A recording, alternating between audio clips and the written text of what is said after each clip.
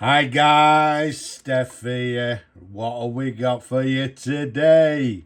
Well, before we show you what we've got for you today, just a quick note to let you people, because it's actually gone a little bit quiet for some reason. I'm not getting as many comments, I'm not getting as many inquiries, but just to let you people out there know that I've got lots of pens in stock. You've seen them on my recent pen hauls. Lots of them are still available, waiting to be restored. So if you don't see the pen that you may be looking for, then just below there in the description, pop me an email and just ask. If there's anything you may be looking for, just ask. Who knows, I may have one in stock. Such as a pen that you would have seen in a recent pen haul. Here we go. Look at that. What a lovely pen it is, in this lovely blue colour. It's a button fill fountain pen. Very nice indeed. And look at this. As I said, lots in stock. Just need a little bit of work, as this pen here. What a gorgeous, gorgeous colour. It's a sort of, I don't know, should we call it like a petrol blue colour with these black veins running through the length of the pen in lovely, lovely condition. It's a gorgeous colour. I really like it. Now, this pen, unfortunately or fortunately, does not have a maker's name or a maker's imprint on the pen, so we're not too sure who made the pen. The only thing that it has as far as a barrel imprint's concerned, if you look there, it says made in England. Okay, so it's an English made pen. Now, for me personally, I would actually put this down to the Lang & Company from Liverpool, from their stable of pens, because as we've mentioned in the past, the likes of Lang & Company made lots of different pens. They made them for different manufacturers, they made them for retail companies. So yeah, I would say I would put this down to one of the sort of Lang Pen Company's pens, but not 100% sure. If any of you people know for definite, get in touch. Let's go to the cap. You can see it's got this quite a narrow cap band to the bottom of the cap, and then it's got this lovely, yeah, I would call it an Art Deco clip. You can see it's got the lines running down the length of the clip. To the bottom, it's got these steps. I think it looks very nice indeed. Okay, there's a sideways view for you. To the very top there, we've got this finial, if you like, to the very top. This button to the top, or cap top. As you can see, it's all been cleaned and it's nice and black as it should be. The size of this pen, from the top of the cap to the bottom of the barrel, it's approximately 127 millimeters capped.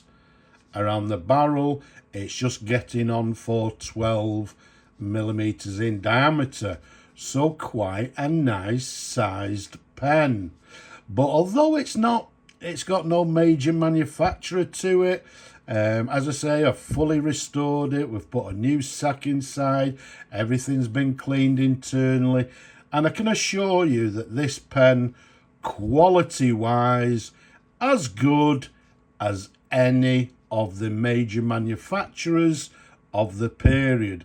And when we say period, I don't know, what should we say? I would say around about maybe the 1940s. So it's a quality made fountain pen. As maybe mentioned just a little bit earlier, it's what we term as a button filler. So what we do, we unscrew the blind cap like so, and there you go. You can see the button to the bottom of the pen there. Again, the threads have all been cleaned. Everything has been cleaned. Okay, so let's pop that back on. Says he. There we go. So the button's back on. Let's have a look at the, well, underneath the cap. There we go. Let's show you the pen in a couple of different angles. A lovely, lovely pen. And as I say, the colour I think is absolutely gorgeous. And the size of the pen, again, I've mentioned it many times, I've got large hands. It's still a nice, chunky, comfortable pen to hold and to write with.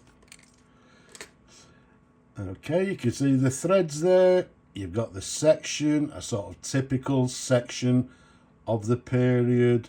Flares out slightly towards the nib there. And you can see it's got a rather small nib, but it's a warranted 14 carat first quality nib. Obviously gold, 14 carat gold nib.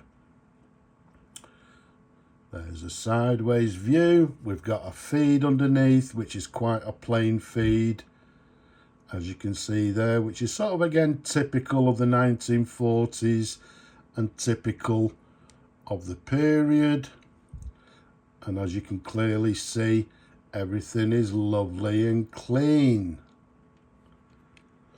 Okay, so a lovely, rather small, but a lovely, and in my opinion, rather sort of interesting, just playing about with it as I've been sort of restoring the pen. So it'd be interesting to see how this pen actually writes because of the nib. So let's take the blind cap off. Let's bring our ink in, and very simple. What we'll do, we'll dip the nib, a little bit of the section into the ink, and we'll press down numerous times on the button. So let's do that.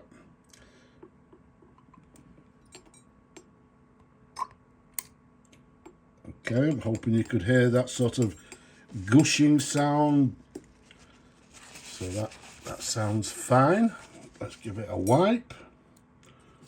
Put the ink to one side.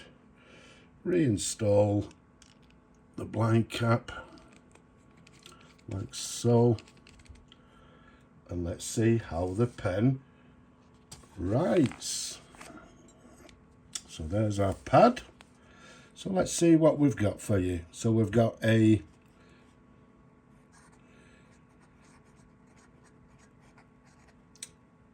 vintage fountain pen, as we've just said, I believe to be from circa sort of 1940s. And as it clearly says on the barrel, made in England. And again, in my opinion, maybe made from the Lang & Company stable in Liverpool. And it's got this lovely sort of Art Deco clip, and in, I'm calling it petrol blue, with these black veins running through the pen. Now, when I was playing with it, I felt a little bit of flexiness. So let's see, with a little bit of a downward stroke, with a little bit of pressure. Right, we can see we're getting a bit of railroading. There we go. And it's just stopped working for a moment.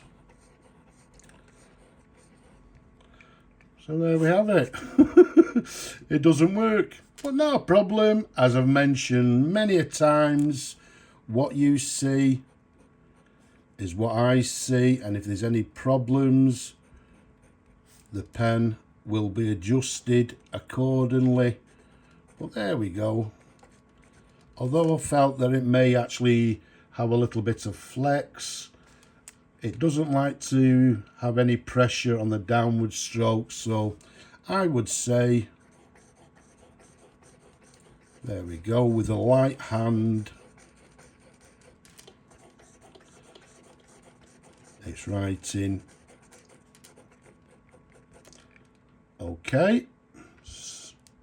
Okay, so although I felt it may have had any flex, it doesn't like it, so I would say it doesn't have a flex and it's writing with a fine line. Okay, for some reason,